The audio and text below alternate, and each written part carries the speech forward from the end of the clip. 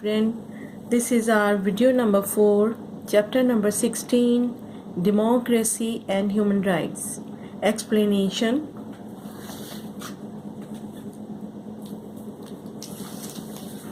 Kemal Atatürk. First of all, I want to tell you about Kemal Atatürk. He was born on 19th May 1881. During his primary education, he lost his father. He enrolled to Salonika Junior High School for civil servants. After a short time, in 1893, he transferred to Military High School.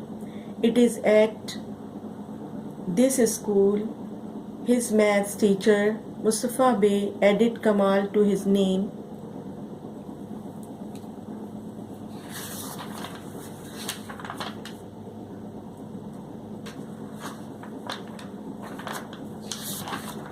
Kemal Atatürk. In 1902, he graduated with the rank of lieutenant and continued his education in military academy and graduated with rank of captain.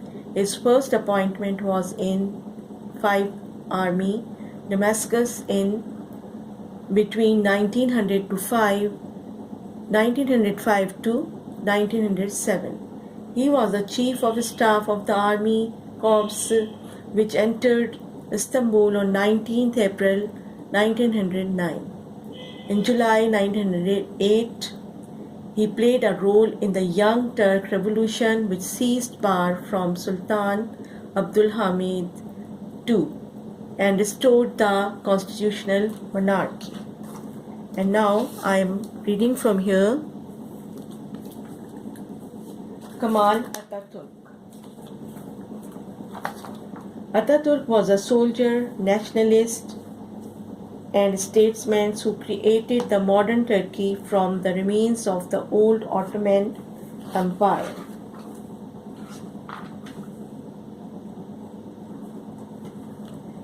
And the meaning of Ottoman Empire, a large empire which began as a Turkish sultanate centered on modern Turkey, founded in the late 13th century. It lasted until the end of World War I.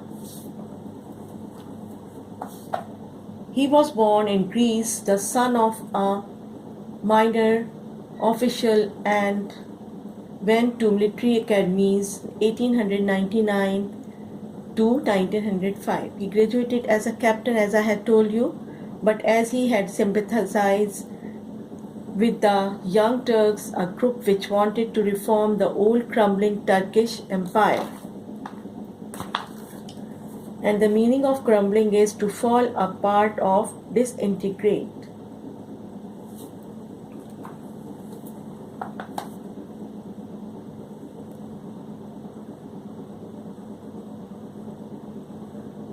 He was sent to the distant outpost of Syria. He fought against the Italians invading Libya, but his major military triumph was the defeat of the British. And the meaning of triumph is victory, conquest.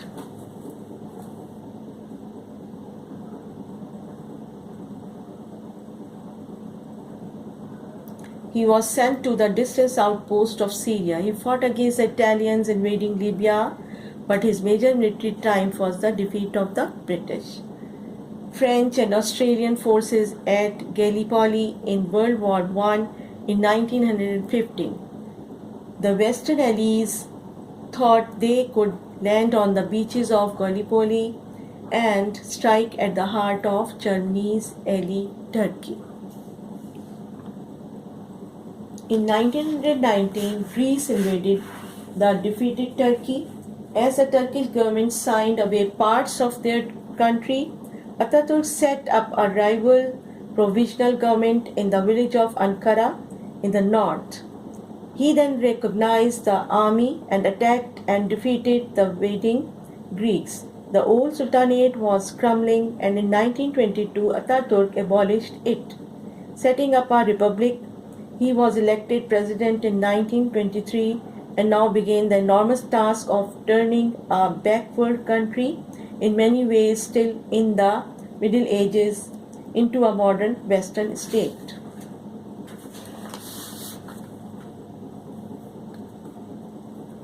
He was forced by many people in power who looked back at the old comfortable ways, but Ataturk realized that he must be ruthless, and the meaning of ruthless without pity or compassion, cruel, pitiless.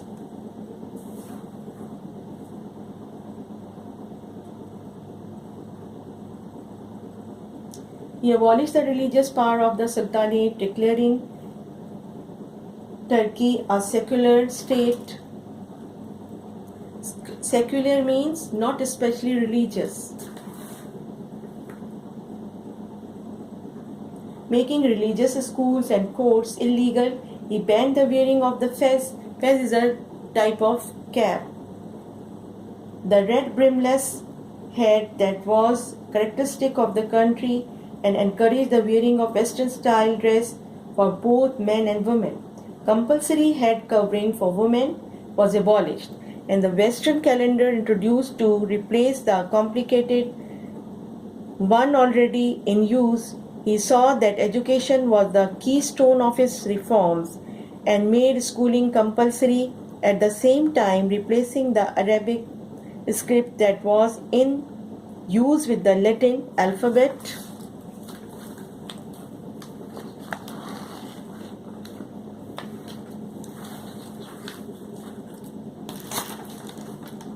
The same as used in this book, Kemal Atatürk, important though he was as president himself, went from village to village with a blackboard and chalk teaching the people. He abolished Islamic law and substituted codes based on those in Europe. For civil law, marriage wills, and family business, he used Swiss law. For criminal law, he used an Italian model, and for commercial law, business, contracts, etc. He copied the German code. Both marriage and divorce became civil law. He was particularly interested in the position of women, which had been inferior under the Sultanate, and in 1934, women were allowed to vote.